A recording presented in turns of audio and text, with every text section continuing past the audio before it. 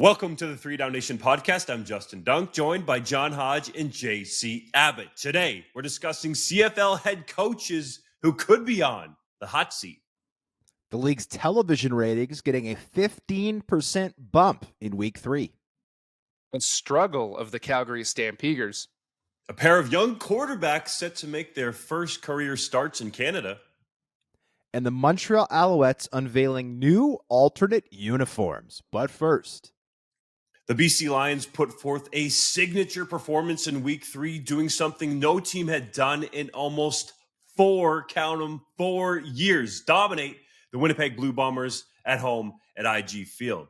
John Hodge was there live in person. Zach Collaros was sacked 7 times, while Vernon Adams Jr. played virtually mistake-free football en route to a 30-6 romp. Do you blame the Bombers for the bad loss or praise the Lions for imposing their will?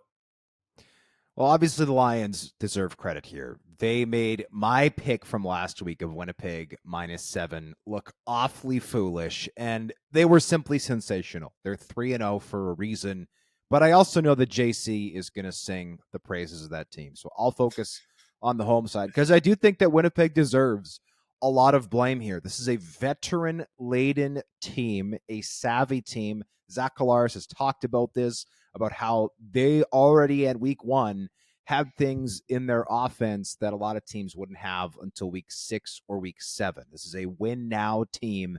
This is a team that is the oldest, most experienced in the league, and they looked every bit of it in the first 2 weeks. But guess what, boys? It's a fine line between looking veteran-laden and experienced and looking plain old and slow. And that is exactly what this team looked like at IG Field this past week. This team looked sluggish. Their offensive line looked abysmal, which is shocking because that O-line was arguably the best in the league through the first 2 weeks of the season and has been arguably the best in the league for many years now. I spoke with Patrick Neufeld post-game. He gave the Lions credit for having a perfect game plan against what the Blue Bombers do best. And to me, that is the most shocking part of this game. I think everybody expected the Lions to come out and play at least relatively well. Nobody expected the Bombers to come out and have what they've since described as a horror movie-like performance. I don't know if you guys like horror movies, but they generally don't end well for the person who is on the receiving end of whatever the horrifying thing is. And the BC Lions were horrifyingly good on Thursday, and Winnipeg got taken to the slaughter. I half expected the Winnipeg Police Service to come out after the game with that orange evidence do not cross tape and tape up the field. It was that much of a beatdown. And that is what is shocking for a team that everybody picked as the number 1 team in the league coming into this season. That Patrick Neufeld quote, a perfect game plan. That's what stands out to me. And that's exactly what BC defensive coordinator Ryan Phillips put out there against the Bombers on Thursday. The way that they executed from all levels of the defense, but especially on that defensive line, putting together 7 sacks, pinning Zach Collaros in the pocket, setting the edge with the perfect combination of blitzes and 4-man pressure and 3-man pressure, mixing it up at just the perfect rate to confuse and confound one of the best quarterbacks in the league. It was a masterful display. And Phillips, I think we need to talk about him more as one of the best young coaches in the league and a potential head coach candidate coming up here this offseason. We've been giving out awards every week for the top coach in the league, a coordinator or a position coach who had a particularly good performance. Phillips has won it all 3 weeks, guys, every single week. And the thing that is remarkable about that is each performance by his defense has gotten better. That first week against Calgary, you pick him because it was the best performance in the league, but you didn't necessarily think it was overwhelming by any stretch of the imagination. Then he goes and shuts out the Edmonton Elks, and you go, okay, well, we have to pick him again because the man pitched a shutout in a league where that doesn't happen very often, and his franchise hasn't done it in 47 years. Even if the opponent's bad, surely we must pick him again. And then he goes out against the Bombers and has this perfect game plan, makes his former teammate Buck Pierce, the offensive coordinator for the Winnipeg Blue Bombers, look absolutely foolish with what he put on the field. It's really the first time that Phillips has come out on top of that matchup. Last season, Buck Pierce and that Winnipeg offense had their way with BC anytime they faced each other. But this was a changing of the tide. And Phillips, to me, has done a remarkable job with a BC defense that has gotten methodically better over the last number of years without making a whole lot of splashy moves.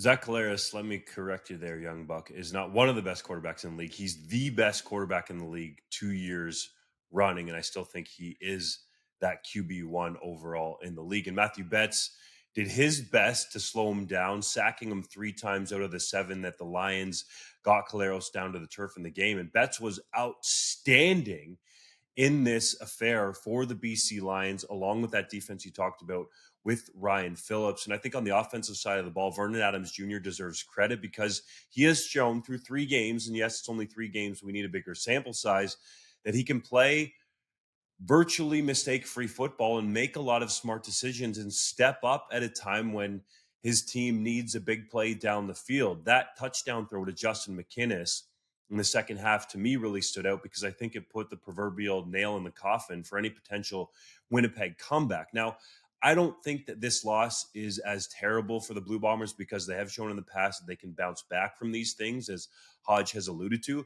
It was more a case to me of the Lions up front winning a lot of one-on-one battles and also taking advantage of some of the scheme that Phillips had dialed up as well. So I think the Bombers can bounce back. I don't think they're over the hill yet in terms of their veteran experience, either helping them or hurting them or getting too much up there in age. I think this is one game they'll bounce back. They talked about taking it personal this week, and they have won 2 of the last 3 Grey Cups and been to the last 3 Grey Cups for a reason because of their mentality. So I think this will only fuel them. I would not want to be the Alouettes standing in their way this week. Well, and we need to talk about exactly that. It's an 18-game regular season, and I think every team is entitled to at least one abysmal performance. And people quickly forget that the Bombers gave up 5 touchdown passes to Dane Evans last season in a huge loss in Steeltown, and then everybody immediately forgot about it because they bounced back. Now, the issue for Winnipeg is they essentially had the West Division secured last season when that loss happened, and right now they're tied for second place with the Saskatchewan Roughriders at 2-1. So clearly this team needs to come and have a good performance in week 4 and prove to to everybody watching, the fans, the pundits, the media, everybody, that week 3 was the anomaly, not the rule. But you mentioned it, Dunk. Vernon Adams Jr., credit to him. I think we've all underrated him to at least some extent. To me, the thing that was most impressive about that performance from him was the situational football. They got the ball at the very end of the first half. The Bombers weren't able to kill the clock. They punched it in for a touchdown on a very impressive quick drive. They needed one play to capitalize off the turnover that followed the Nick Dembski bobbled interception in the second half. And then every time they got backed up and BC was in the shadow of their own goalpost, they didn't necessarily put together a scoring drive, but they did enough to get out of the shadow of their own goalposts and force the Bombers to actually move the football. So to me, very impressive from him. I'm excited to see that matchup we're going to talk about later in the show. BC Toronto this week, a matchup that a couple years ago would have been just about the least sexy thing you could imagine. All of a sudden, that's a good matchup. I'm really excited to see that go down at BMO Field. Let's not forget either that VA has been doing this without 2 of his best receivers in the lineup. Keon Hatcher, 1,000-yard guy a year ago, has not played yet this year because of plantar fasciitis. And Dominic Rhymes, who I think is the best receiver in the league, period, was also out with injury last week because of a foot issue. So he's missing 2,000-yard targets in that game, and he still puts forth that type of performance. The BC offense keeps clicking with guys like Aiden Eberhardt, Alexander Hollins, and Justin McInnes in the lineup stepping up. It's a real testament to this BC team. And there's nobody out here saying, where is Nathan Rourke? And we need this guy back here in a hot minute. And I think that's a testament to Vernon Adams Jr. silencing the doubters through 3 weeks. I think there's no doubt that Nathan Rourke is the better quarterback, but he was not able to get by the Winnipeg Blue Bombers last season. Part of that, I think, was due to the Bombers rolling on offense and the defense not being able to play as well as the Lions defense did at IG Field. But Vernon Adams Jr., for now, has silenced his haters. The Edmonton Elks and Hamilton Tiger Cats are both off to miserable 0-3 starts this season. Chris Jones seemed genuinely shocked by his team's 0-1 start, stating that he would have lost his house betting against the Green and Gold's record being what it is. There's a lot of cash in that house. That would be a problem. Meanwhile, the Ticats got pasted in their home opener, 38-12 by the Als, which saw strong side linebacker Chris Edwards fake a handshake and then shove Als receiver Austin Mack to the ground after the final whistle. Head coach Orlando Steinauer said, quote, "That's not who we are," close quote, post-game after the incident. Which team should be more concerned about their start, and which head coach should be more concerned about their job? Boy, oh boy, this is the most pathetic two-horse race I've ever seen in my life. How am I supposed to pick one or the other? Both. No, I'll go with the Hamilton Tiger Cats here, and I'll tell you why. This is a team that had much higher expectations than the Edmonton Elks going into this season. They went out and got Bo Levi Mitchell. They paid a bunch of money to some top free agents. They're hosting the Grey Cup. And let's not forget, this is also a team with the longest active Grey Cup drought in the league. This was a pivotal year for this franchise, and the early results have not just not been good, they've been utterly terrible. This looks like a team without any redeeming features. Not only did Bo Levi Mitchell struggle in his 2 games before injury, the offense without him didn't look very good last week, and the defense has not delivered either. They went too young in the secondary and have really struggled because of it.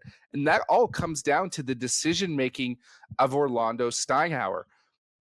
He came into the league as a head coach, had that 15-3 season in 2019, put out some really good tape, and everyone was singing his praises. But now that he's also the president of football operations, some of the choices he's made, and we talked about it ad nauseum last year with the decision to go with Dane Evans, that was a mistake. And it appears like replacing him with Bo Levi Mitchell could also be a mistake as well. The team has gotten worse every single year of his tenure, and they appear pretty close to rock bottom, in my opinion, right now. It's important to note when you're talking about the Tiger Cats that some of the big money decisions that are made are not just Orlando Steinauer's. And I'm not trying to get him off the hot seat here because I do believe he deserves some of the blame here for a second straight 0-3 start. You look at his records since coming in there. You mentioned it, 2019, 15-3, 2021, 8-6, 2023, 8-10, and now 0-3. It's not a good look. But when you're talking about the big money decisions, as I alluded to, Scott Mitchell, the CEO, who has kind of tried to remove himself in a way by naming Matt Afnick the president and making it at least appear like he's not making these decisions, he actually has a major hand in them. He had a major hand in signing some of these quarterbacks who are on the back nine over the years in Hamilton: Casey Printers, Jason Moss, Henry Burris, and now Bo Levi Mitchell. I think all fit into a similar category. So I think some of the blame needs to go towards Mitchell there as well, because when it comes to the big money decisions, he's right there. And in fact, sometimes even negotiating those deals. So I think that's important to note here as well, that it's not necessarily always the way Orlando Steinauer would have gone in terms of some of these decisions were made. For example, I'm sure if Orlando Steinauer could have had his way, even though he's buddies with Scott Milanovic and they coached together with the Argos way back, that he wouldn't necessarily have his successor sitting down there in Florida, not around the team, waiting to come up and take over if it continues to get worse there. So I think that's part of the reason why, JC, you have Steinauer as his seat. What was it? Scalding, Yes. Scalding hot on your rankings of which CFL coaches have the hottest seat of all. And I think it's warranted because of the expectations of the team hosting the Grey Cup. We all know Bob Young would love nothing more than to end this Grey Cup drought and do it in Hamilton, but it has been an absolutely terrible start to the season for Hamilton. And if you're talking about the Edmonton Elks, the expectations just weren't there for them to even honestly be competitive in the West Division, let alone talking about getting out of there for the Grey Cup. Now, if you look at the odds on 3DownNation.com, the Elks now have the longest shot by a long shot. Like their odds are super long to get to the Grey Cup, and I think that's warranted. But in actuality, I think when you're talking about the disappointment of a season, it is by far, through 3 weeks, the Hamilton Tiger Cats.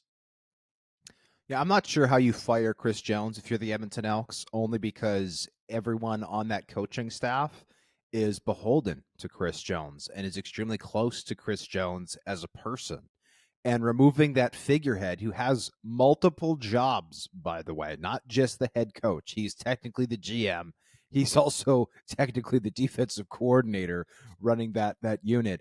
I don't know how, from a personal standpoint, just on a personal level, how you expect his best friends, essentially, to take over the team in his absence. And then secondly, I don't know who else you look at on their coaching staff as someone who it's like, okay, this is the person who's obviously a far more competent option to be the head coach. I'm not suggesting they don't have competent assistants. What I'm saying is nobody on that team as an assistant has been anywhere close to a head coaching position previously, and I would certainly not put them as a candidate who is stronger for that role than Chris Jones. Now, as Justin has reported, Chris Jones is not on a 4-year contract. He is on a series of 1-year contracts. So after this season, it's very easy, I think, to make a coaching change mid-season for the reasons I've said. I don't think it makes any sense. I think this is Chris Jones's team for the year, even though his seat, as I think, JC, you said boiling? Boiling was the language I used for that one. I mean, scalding, boiling. You know, I will half say, a dozen of one, 6 of the other. the scientists out there will point out that boiling temperature is relative. So if his seat were to boil, that would be infinitely higher than the temperature required to boil water, which would then make it hotter than scalding. That thought did cross my mind as I read the article, but that's aside. We'll have to apologize to the physicists and chemists who are listening to the show.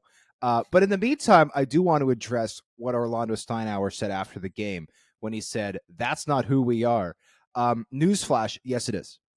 Yes, it is. What your players do and what your team does on the field represents your organization. Talk is cheap. Actions speak louder than words. And when you go out and you sign a guy like Duke Mitchell, who's throwing helmets, and a guy like Chris Edwards, Duke Williams. Oh, what did I say? Duke Mitchell. Which Duke is a Mitchell. great name, by the way. Mitchell? Yeah. That is, maybe.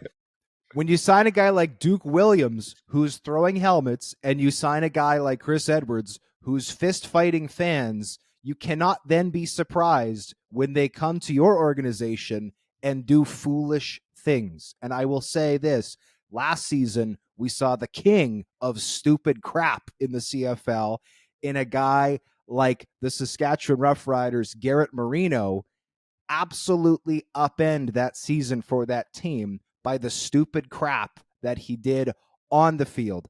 I'm not suggesting the Ticats are there right now, but the thought has occurred to me that this can snowball in a hurry. Because let's not forget, the Riders were 4-1 last season out of the gate. They looked like a potential team to play in the Grey Cup at home, as it was in Regina last season. This year, the Ticats are off to a bad start, and now they've got nonsense happening on the field. And it's not right to stand back there and say, well, that's not who we are. Yes, it is, Mr. Steinauer, and it's your job to fix it. And the issue there is what people don't see is the divisions that sort of behavior can create in the locker room. Because whether you talk about it or not and say Duke Williams is going to come and be a good boy in Hamilton, as Hodge has said flatly, and I agree, he's not, and Chris Edwards will not be. So you start having those cliques created, and those are the teams that do not win. There are no cliques in Winnipeg. I do believe, based on all I've heard about their locker room, it is a cohesive group that actually holds each other accountable. And I don't believe that is the case in Hamilton. And also, it should be mentioned, fellas, that bringing in Bo Levi Mitchell, and I understand he's trying to approach it like a totally new franchise and earn the respect of his teammates, but it's a massive ego to come into that locker room. So not only do you have Duke Williams and Chris Edwards doing their things, whether we see it or not, in terms of how they treat their teammates and how they treat their opponents, quite frankly, but you have that ego of Bo Levi Mitchell coming in there and an evolving locker room that Orlando Steinauer used to, and I mean those words, used to hold sacred. And this is what I'm talking about in terms of some of the big money decisions that happen above his head with Scott Mitchell. Those decisions get made that maybe Steinauer wouldn't want to do, but it's very hard to push back against the guy that hired you as a head coach, praised you, then gave you a promotion, and is a guy that could easily fire you right now after your second straight 0-3 start. So I think that's one of the issues plaguing the Tiger Cats right now. It's not that cohesive, family-like team atmosphere that the Tiger Cats had for much of the time that Zach Collaros was there, when they went to the Grey Cup back-to-back years in 2013 and 2014, and were the class of the East Division, I would say, all the way through that 2019 season. So I think that is a massive issue here, is the locker room. There's a lot of new faces there, and we can talk about the football aspect of it, but you guys both know from working with various teams and playing the game that it's got to be a group that gets along. And I can tell you from my experience at the University of Guelph that our best seasons came when it was a cohesive group that had respect for each other, not that was one that was made up of a bunch of cliques. Guys, I think this is a 3-down podcast first. We were given the choice to talk about Chris Jones or somebody else, and we're not talking about Chris Jones. This has never happened before in the history of 3DownNation. I think that's a testament to what's going on in Hamilton, but we would be remiss if we didn't touch on Jones a little bit more. And I think the reality is, and why everyone is looking at Hamilton as more of a disappointment, is the stupid crap in Edmonton isn't off the field behavior right now. It's their quarterback room, because the decisions made there are certainly very questionable to go in without a real insurance policy behind Taylor Cornelius, who was not proven in any way whatsoever, and now potentially moving on to Jarrett Daggy, a 25-year-old rookie, skipping over Trey Ford for some reason. You'll have to explain that one to me, gentlemen. But really, Jones has improved this team this year. The defense looks like it's a better unit than last year. There's some talent there finally. All the pieces are in place for this rebuild to start to kick off, except the quarterback. And until they find that, Edmonton's going to be in trouble. But at the same time, when you know you're one piece away, it's hard to entirely place it on Jones, even though he's the one making the decisions at that position. Does Dylan Mitchell have positive receiving yards yet? Finally. I think he had like a 5-yard catch last week, so he probably has 1 yard. Yeah, if only there was an easy way to look that up real quick. Yeah, we still don't have that. I think moving forward until the league stats get worked out, I'm just going to put the word allegedly along with any statistic in my copy. Zach Collaros allegedly threw for 275 yards. It's getting ridiculous. But hey, Randy Ambrosi said this past week was going to be reasonably good, and apparently that's the standard that the CFL League office is shooting for when it comes to their statistics. Which, by the way, boys, I know that it did not meet. Is not in the rundown, but let's get into it real quick, okay? This is completely bogus. It makes the league look like something they hate being called Bush League, and it's so easily fixable. I was told that this process was started in March 2022, boys, and that the last time the CFL underwent a change to their statistics system, guess what they did? They did exactly the thing that Randy Ambrosi and his crew over there decided not to do this time. They ran that system in parallel, or whatever verbiage you want to use to describe it, with the new system they were implementing to make sure that there were no errors in the statistics. And guys, arguably the worst thing about this is right now, the statistics are not being scraped from big major websites like TSN, like Sportsnet, like The Score. And that means that they're not being readily picked up for potential bettors that the CFL is trying to make money from. So this is a complete and utter failure. I will also add, and to take people behind the curtain a little bit, obviously it's incredibly important from a journalistic ethics standpoint to have correct information in reporting. After this past week's game, which was preceded, by the way, by Randy Ambrosie addressing the media and saying that the statistics would be reasonably good for week 3, I was left with the media, and literally on the internal CFL Connect system, to which the media has access and does have live statistics, the general public does not yet. Every minute or two, you can refresh, and the statistics have changed. So if post-game you put in your copy that Vernon Adams Jr. had 306 passing yards, you refresh, and a moment later, it's 291. And then a few minutes later, you refresh again, and it's 308. And that causes huge problems for publications that are trying to match the journalistic standards that have been set henceforth decades in advance so that readers trust what they are reading on these publications. So you can imagine the level of frustration in the press box. Obviously, fans are very frustrated for the reasons that you highlighted, Dunk, and it is completely unacceptable. Then this is, by the way, another instance to touch on the Steinauer situation from a moment ago. Somebody who is just saying things to say things when Randy Ambrosie says, this is not a failure. Yes, it is, Mr. Ambrosie. You can argue against it. You can say whatever you want about it, but you cannot have an abject failure and then just with words say, no, it's not, and dismiss it. That's not how life works. This is a failure. Own it and fix it, please. Your fans are begging you. The media is begging you. Get it fixed. Every other pro league has this and has for the last 25 years. Please fix it.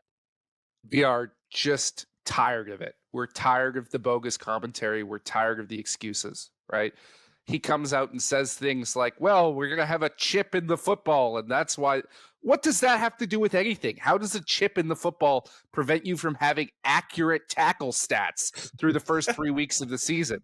Like, is everyone in your stats department currently trying to make the chip from scratch? Like, I don't understand how that has anything to do with anything. Right now, we have worse stats in the CFL than in some European football leagues. I can say that as a guy who has watched way too much of that over the last couple of years.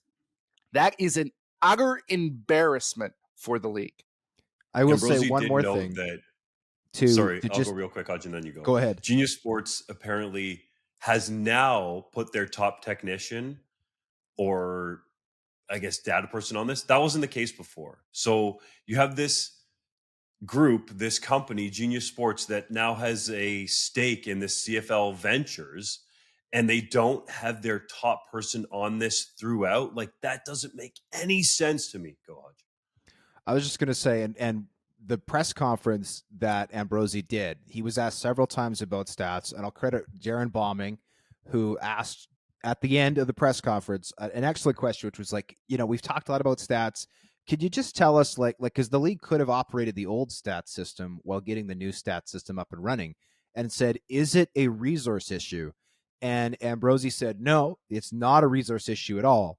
And then he explained that the limitation for the league is that they don't have enough stats people to run both systems, and a lot of stadiums across the country don't have room for 2 stats crews, which objectively is a resource issue. So please don't say that it's not a resource issue, and then in your answer outline how it is exactly a resource issue, which again is another example of quite literally talking out both sides of your mouth. And I found that quite frustrating. Though Randy did give me a nice pat on the arm when the presser was done. So that was nice at least. But even that excuse is bogus. The CFL has done this before. They have implemented a new stats system. They didn't need 2 stats crews like he was talking about, or extra space. God knows that there is lots of space in press boxes because of the state of that industry. But they've done this before. Like, don't act like this is a completely new thing. They've done this successfully before, which is why this time around it's a failure. Sorry, I'll shut up now. We'll move on now. The CFL on TSN and RDS had its best television ratings week so far this season, increasing over 15% from week 2. Saskatchewan and Calgary drew the highest rated game of the week with an average audience of 636,700, while Montreal and Hamilton drew 516,000 viewers on English and French language television combined. Is this a positive sign for the league? Yes, it is. And thanks to John Hodge, you can certify that these numbers are correct. You don't have to keep refreshing, they're not going to change.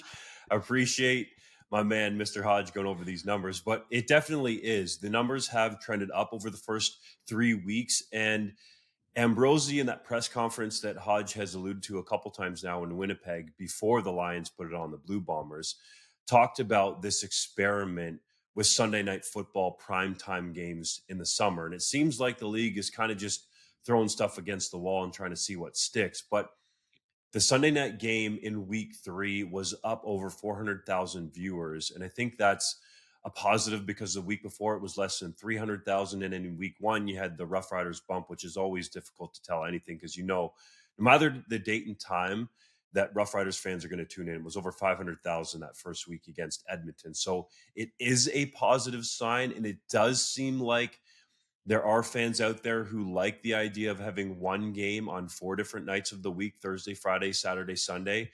And perhaps the CFL, for once in a while, can stick to something so fans know when the games are on. I know we had a big chat in our 3DownNation WhatsApp chat group going on about this, and I'll let you guys explore this a little more. But I think there's something to be said for that people want to know when the games are on. So my question to the league would be, you're trying to focus on these Sunday night primetime games now as an experiment, and there's no Sunday night game this week, and it easily could have been the BC Lions against the Toronto Argonauts, who are playing on Monday night. Granted, that's a holiday, and I can understand that, but if you're trying to create cohesiveness and people knowing when the games are, why not have that game on the Sunday night? We looked at the schedule for Toronto FC. They actually play on the Tuesday night at home, the night after the Argos play there. So I think even the soccer people would have appreciated at least one day in between games to perhaps patch up the field a little bit from the Lions and Argos running around on it on Monday night. So I think that game could have been played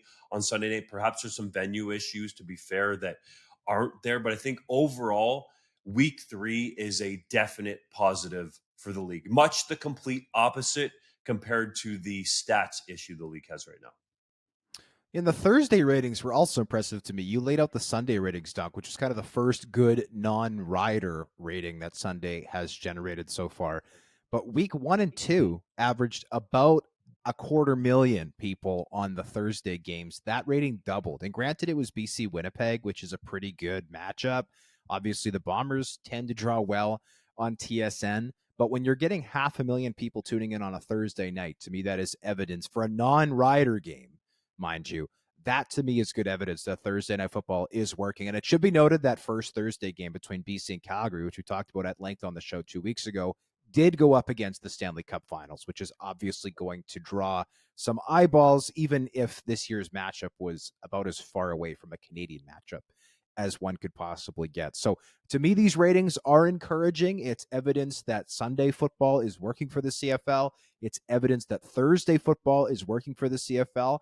I know as someone who works in the media, Thursday through Sunday football is fantastic.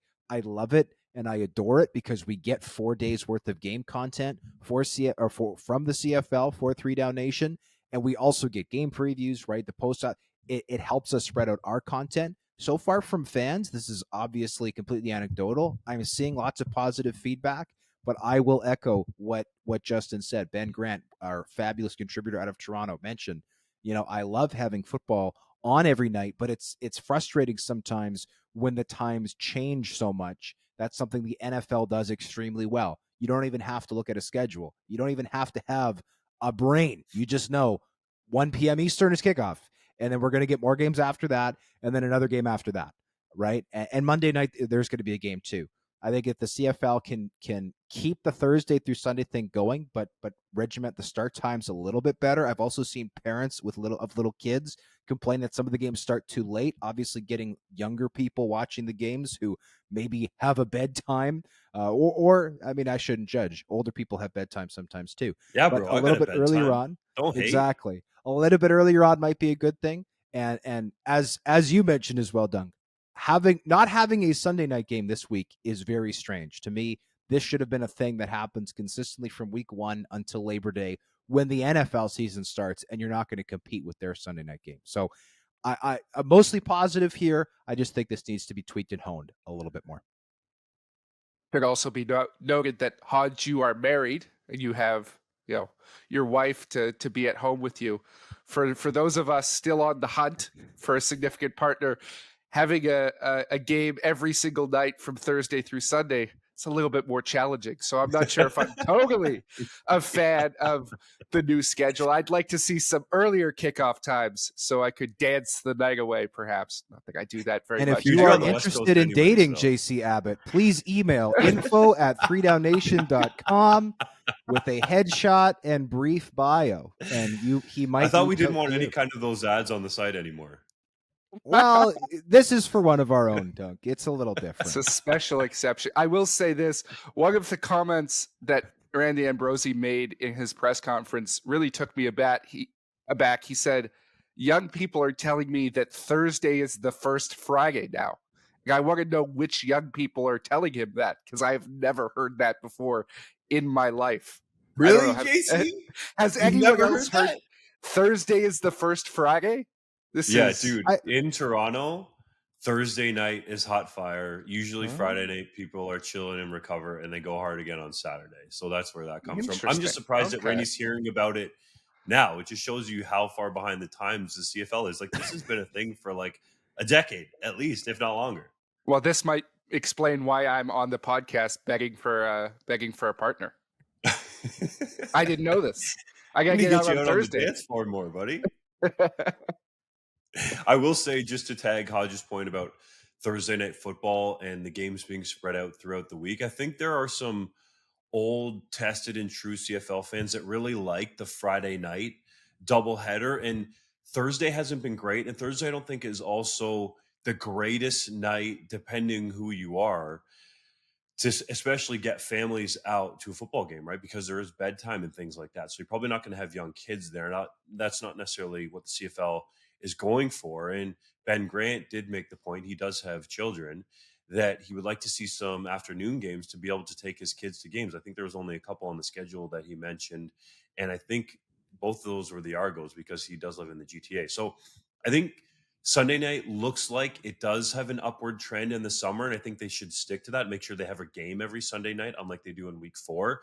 Thursday night, I think, could be examined a little deeper, and I realize that it could be tricky to always do doubleheaders on Friday or Saturday nights, and I think there is something to having a game on at primetime every night of the week, but I think Thursday needs to be looked into a little bit more versus having a doubleheader Friday or Saturday, or perhaps even Sunday. I don't know how ideal that is to have a doubleheader on Sunday. I think it'd be Friday or Saturday, but I'm just looking at the scheduling perspective and also the athletes, right? Having games on 4 days sometimes creates short turnarounds for the players. Hodge, you asked CFL Commissioner Randy Ambrosie if the league is concerned about the Calgary Stampeders franchise. Predictably, he said no, but we know that's probably not the truth. He did admit that the organization has work to do. Why do you have concerns?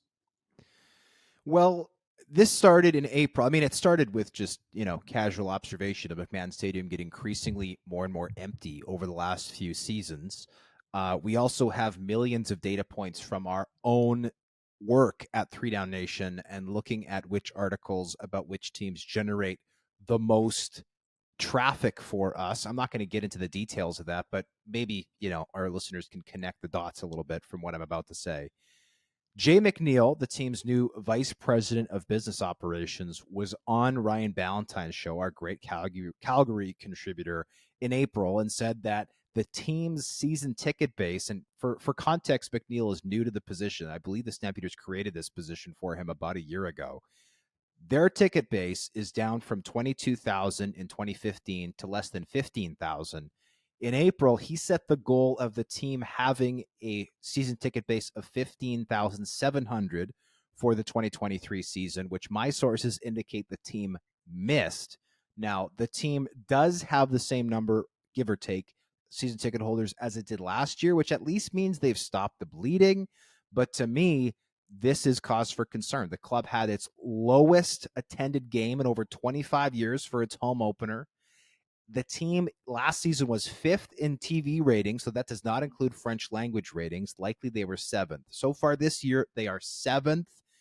And obviously the team is starting to struggle on the field, which has never happened before during the John Hufnagel era. They're off to 1-2 start. Yes, they've got a million injuries, but so far Jake Maier, in his quest to be the new face of the franchise there, has simply not been it. One of the factors, of course, is the stadium. McMahon Stadium is decrepit. It's old. It needs to be replaced, but as of right now, there is no indication whatsoever that it will be replaced or significantly upgraded at any point in the future. And they keep pointing, and Randy Ambrosie did this as well, to the pandemic. And I just want to inform the citizens of Calgary that the pandemic was actually a global event that occurred everywhere on the planet. It didn't merely happen within the confines of the city of Calgary. And right now, the Bombers and Riders combined $12 million profit last season. The Ticats just last year, a minority share of the club reportedly sold for $20 million, which is fantastic. The Elks and Lions had over 30,000 people at their home openers. The Alouettes are seeing significant investment from their new owner Pierre-Carl Pelledeau. And the Argos, their home opener, yes, it was a little bit smaller than Calgary's home opener, but we all love to rag on the Toronto Argonauts and their empty stadium. Well, guess what? Their home opener had the best crowd they've seen in 4 years. And though they were hosting the Ticats, Ben Grant and a number of people who were at the game noted that there was a significantly less amount of black and yellow in the crowd than there usually is when Steeltown comes to town. So all of that is to say, I think it's time, after years of banging on the 3 largest markets in the CFL, and everybody bringing up that same narrative of, oh, well, Vancouver and Montreal and Toronto, we just got to figure that out, and the CFL is going to be healthy. I say, let's recognize the progress that's being done elsewhere, and let's also recognize what I think, frankly, has gone underreported, which is the continued off-field struggles and decline of the Calgary Stampeders. Obviously, we want all 9 teams to be in tip-top shape, and the only way to make that happen is to hold teams accountable.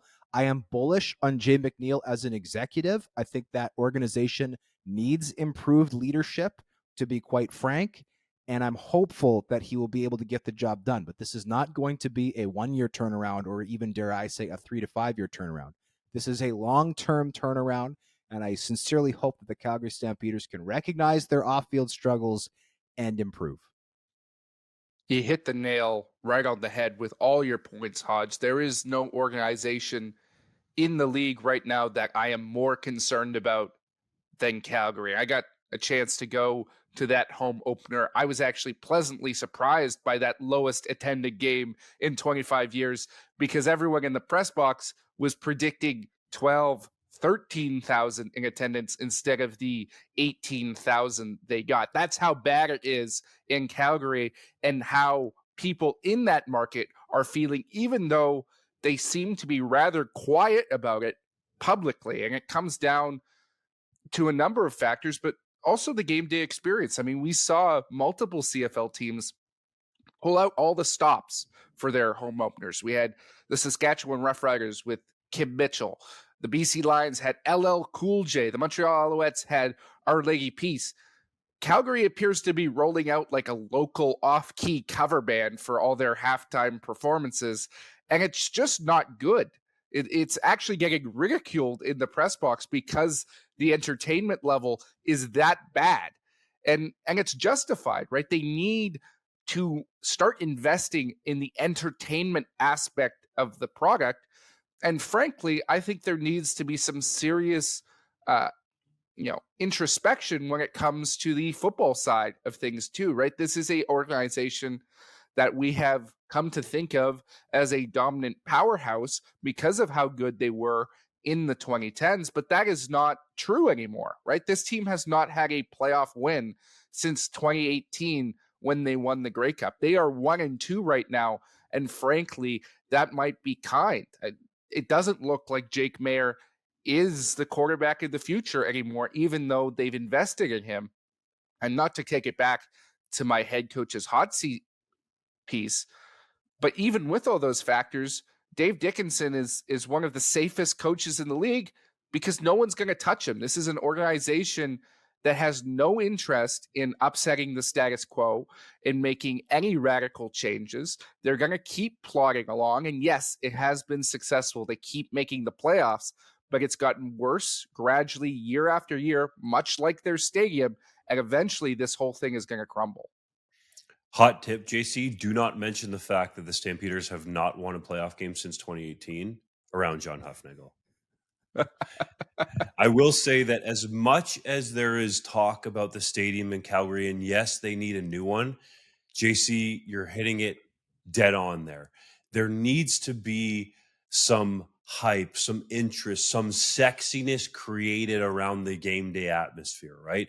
Randy Ambrosie and some of the presidents around the league will talk about creating an area where the young people, quote, can gather in these stadiums. And even though Calgary's not going to get a new stadium anytime soon, I believe there are places to do it in McMahon Stadium. Like you could have an area right outside that one end zone opposite the scoreboard where people are close to the action and mingling and having a great time. But we haven't seen that for whatever reason. The status quo is exactly what has gone down with the Stampeders. And quite frankly, it needs to change. Like John Hufnagel, for example, was the only president present for on-field drills and activities at the CFL Combine. Like he's not the president of the team. It's very clear that it's Jay McNeil.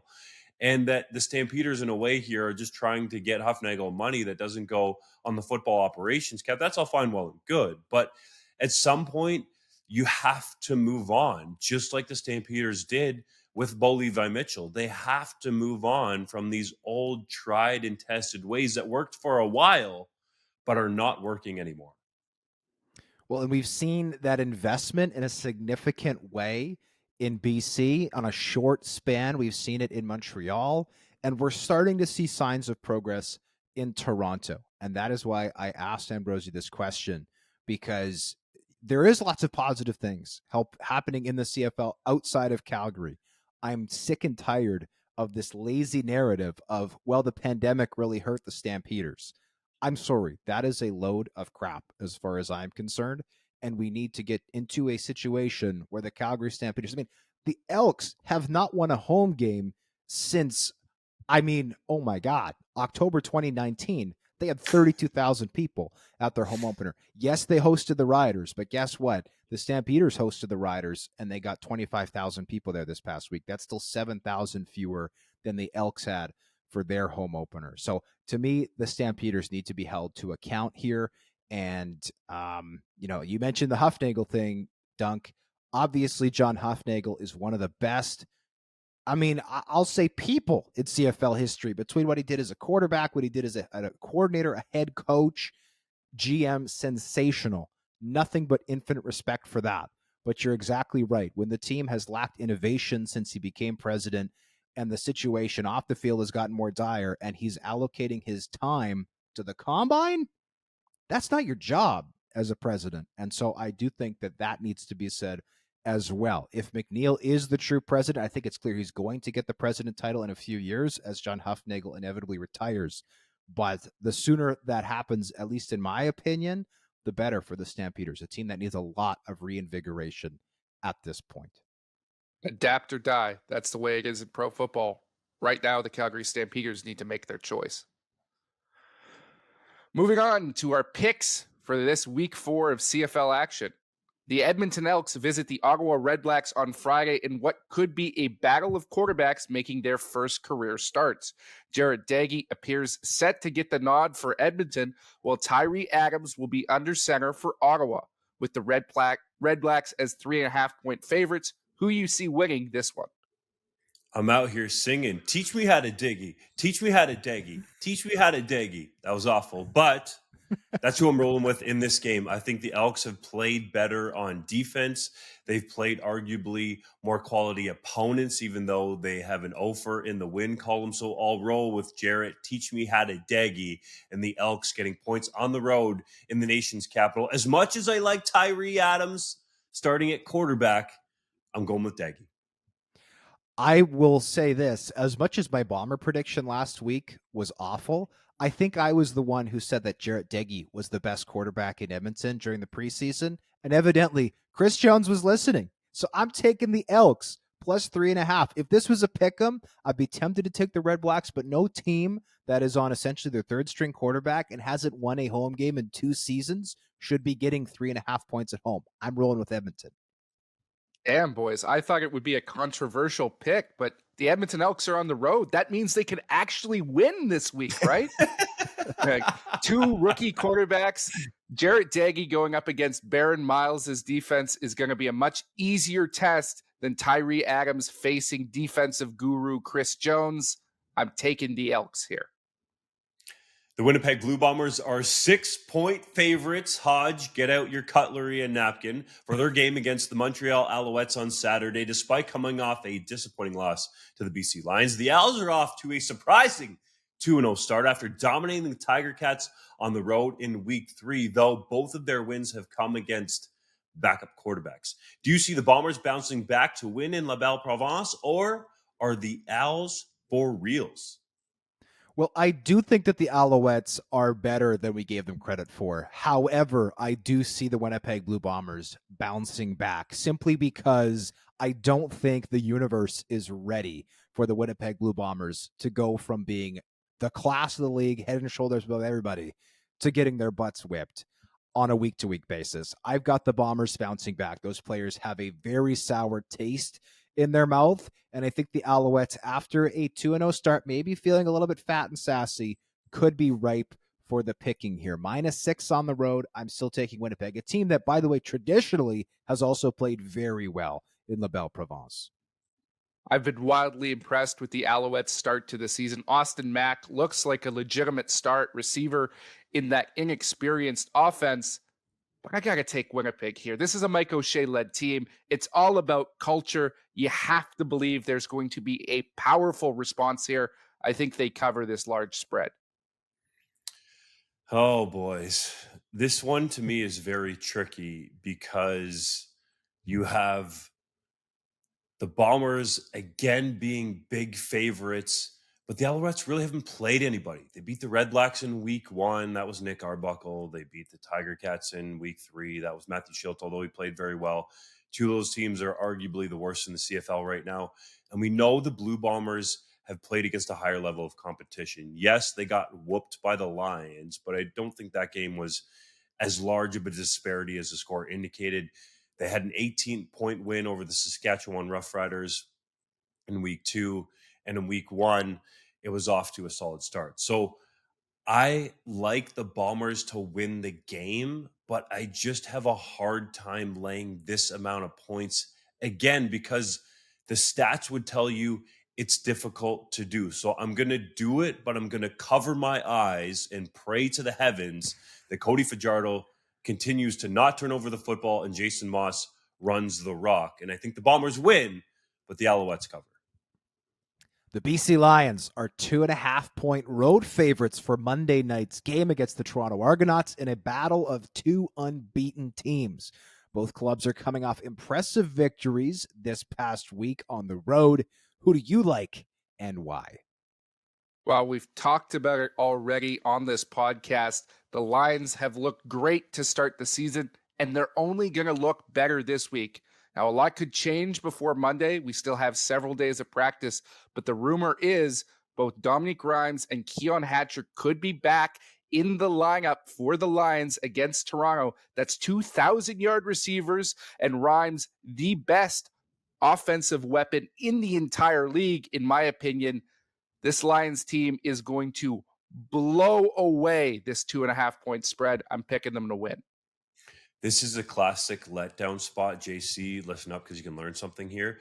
The Lions coming off a massive win, looking like world beaters, getting an inflated line here. They shouldn't be this much of a favorite on the road against the defending champs who have looked great to start the season, and went into a tricky spot there in Edmonton and covered a big number against the Elks. And yes, I know Edmonton hasn't won at home in a long time. That still is a difficult position to go in and do. So I like the Argos as underdogs at home. There's a veteran secondary there. I think they can get after Vernon Adams Jr. and pressure him more than he's been pressured season to date, especially with Flo or Malade, who is arguably the best pass rusher in the league right now. So I will take the double blue in those Cambridge blue uniforms, getting points at home. With all due respect to Flo, Matthew Betts is over here with his hand up saying, moi, moi, moi, because I think he's the best. That's one of the only French words I know, by the way. I'm practicing on Duolingo. I haven't made much progress yet. But he is somebody who I think is the best pass rusher of the CFL right now. 5 sacks in 3 games was an absolute game record last week. To me, this game is one that right now at this line, I'm taking BC at -2.5. If the line moves at all, I would take the Toronto Argonauts. To me, the Toronto +3 or more is the buy. But if it's less than a field goal, I'm happy to eat that with the Lions on the road. The Lions have absolutely, despite their great start, no room to get complacent because the Winnipeg Blue Bombers are going to be right on their tail. This team needs to keep rattling off wins, so I'm taking the Lions here. But again, if that line moves an inch, I'm taking the Argos at +3 or more. On that note, it is time for Hodge's heritage moment. On this day in 1975, Lou Heyman was inducted into the Canadian Football Hall of Fame. The native of New York City coached in Canada for 21 years, predominantly with the Toronto Argonauts, her head coach from 1932 to 1940, and the Montreal Alouettes from 46 to 54. Heyman made history in 1946 with the signing of Herb Trawick, who was officially the first black player in the history of Canadian professional football. Heyman later served as the general manager in Toronto from 1955 all the way until 1983, during which he hired Willie Wood, the first black head coach in CFL history, in 1981. The most outstanding Canadian in the East Division is presented annually with the Lou Heyman Trophy. I know that this all occurred far before our memories reach, boys, but I know, JC, you take issue with Herb Trawick being named officially the first black player in CFL history. I have no issue with Trawick personally. He tremendous accomplishments, tremendous career, but it's just provably false. He wasn't the first black player in the history of Canadian professional football. We've uncovered at least 5, there might be more at this stage, players that predate him within the Canadian football landscape, including, guys playing for the Calgary Stampeders who could have potentially caught the first forward pass in the history of Canadian football. That was a black player. The Saskatchewan Roughriders had a black player in their first Grey Cup appearance many years before Herb Trawick came over. He is certainly the first import black player in the Big Four, but he's not the first black player in the history of Canadian professional football. Let's go to the 3-minute drill. The Winnipeg Blue Bombers signed Dakota Prukop following his release from the United States Football League and let go preseason sensation Tyrell Pigrome. Man, this guy's got to get picked up by somebody else. Does that move make sense for the Bombers? I think it does, only insofar to show just how win now this team is. Who has the better long-term upside? The answer is obviously Tyrell Pigrome. Evidently, the team does not care about that. They are focused on one thing and one thing only. That is the 110th Grey Cup, which is to be played in Hamilton in November. And Dakota Prukop is the player they feel can do a better job of getting them to that game and helping them win that game. So a very short-term view for the Winnipeg Blue Bombers, for better or worse. The Saskatchewan Roughriders made a net profit of $3.9 million in 2022, plus an additional $3.3 million in Grey Cup net revenue. Is that a strong number? It is a very strong number, especially considering how bad the Saskatchewan Roughriders were last season. They're still making bank out there in the prairies. The Montreal Alouettes have new alternate uniforms, which are a throwback to the red look the team had in the 1940s. Personally, I think they look more Montreal Concords-esque, but that's just my opinion. Do you like the new digs, Dunk? I really do, but I just think we have too much red in the league already. And I know you guys have talked about this with the BC Lions going mostly black on their home uniforms. So I get it's an alternate, so it's okay. But I really do like these new unis. And whenever we do another new uniform ranking, I think they would be up there in terms of ranking with the other top unis in the league. The Calgary Stampeders have lost receiver Malik Henry to a ruptured Achilles tendon, as he will miss the rest of the year. Is that a big blow to the Stamps passing game? It is. I mean, the Stampeders are already without Jalen Philpott and Reggie Bagleton. Yes, this team did a great job in the draft in 2023, picking up Clark Barnes and Cole Tucker, but absolutely, this is going to hurt a team that's already struggling to push the ball down the field and not rely on the short underneath stuff that Jake Maier tends to go with. The Edmonton Elks are adding receiver Terry Vaughn to the team's wall of honor. Is he a worthy selection? One of the most worthy possible. This is a dynamic player. Want to hear a crazy stat, boys? His first 11 seasons in the league, he put up more than 1,000 yards in each of them. Back to back to back to back, 11 times, including 6 times with Edmonton. That is absolutely absurd. Wow. CFL Commissioner Randy Ambrosie believes developing the next generation of quarterbacks is, quote, front and center, close quote, for the league. How can the league go about developing more passers? It's really simple to me, and the league has taken one step in terms of having 3 quarterbacks that need to be dressed on game day, and they need to create some sort of a quarterback salary cap or a money incentive for American quarterbacks to come up here and develop. You have rival leagues now like the XFL and the USFL, which quarterbacks feel like they can go to and potentially jump to the NFL quicker than the CFL. So there needs to be a bigger monetary upside to coming to Canada. And outside that, I think people in the league need to seriously consider U Sports quarterbacks and have more programs in the off season for those quarterbacks to actually get reps with the pro coaches, because this CFL internship thing that they do in training camps is all fine, well, and great, but the teams are in win mode at that point, and those guys really aren't getting the reps that they need to develop. So I think there could be something that could be done in the offseason here to help develop Canadian passers, and then the money aspect would bring the Americans up. Ottawa Redblacks head coach Bob Dice revealed that star kick returner Devontae Dedmon will miss the rest of the season due to a shoulder injury. Is that a major loss for the team? It is to an extent, but I will say, before this injury, if you'd asked me to list my top 3 or even top 5 returners in the CFL, I'm not sure Dedmon would have cracked the list. 2021 was a long time ago. He did not look like the same player he was. Hopefully he does when he comes back from this injury. Brandon Banks says he's open to a return with the Hamilton Tiger Cats. Do you think we'll see him back on the field anytime soon? Oh, the last thing the Ticats need right now is a 35-year-old washed-up receiver who likes to throw hissy fits on the sideline. You could tolerate Banks back in the day because he was one of the most electric players in the league, perhaps the most electric player in the league. That's not the case anymore. They don't need him right now. Longtime Alouettes fullback Deron Diedrich passed away of cancer at the age of 44. How will you remember him? Some people will say Diedrich was the OG in terms of running backs coming out of the GTA and getting legitimate NCAA looks. He was an absolute beast at the University of Nebraska as a running back for the Cornhuskers on a team that was successful through his years there. So lots of respect for Diedrich coming out, and may he rest in peace. The Winnipeg Blue Bombers are adding kicker Justin Medlock to the team's Hall of Fame. I know he's a worthy selection, Hodge, but isn't this very quick to happen? It is very quick to happen, but I will say I think this illustrates just how high in esteem the Winnipeg Blue Bombers hold Justin Medlock. I mean, this guy is, I think he's 41. Like, he played for the team just 4 years ago. And yes, bring him back to are kick other now. guys. Yeah, well, and honestly, that was part of my sneaking suspicion, was maybe they're hoping that he'll come to do the Hall of Fame dinner and then just stick around for a little bit, with all due respect to Sergio Castillo, who's been very good so far this season, because Medlock is probably still better than most, if not all, the kickers in the CFL right now. The man is a machine.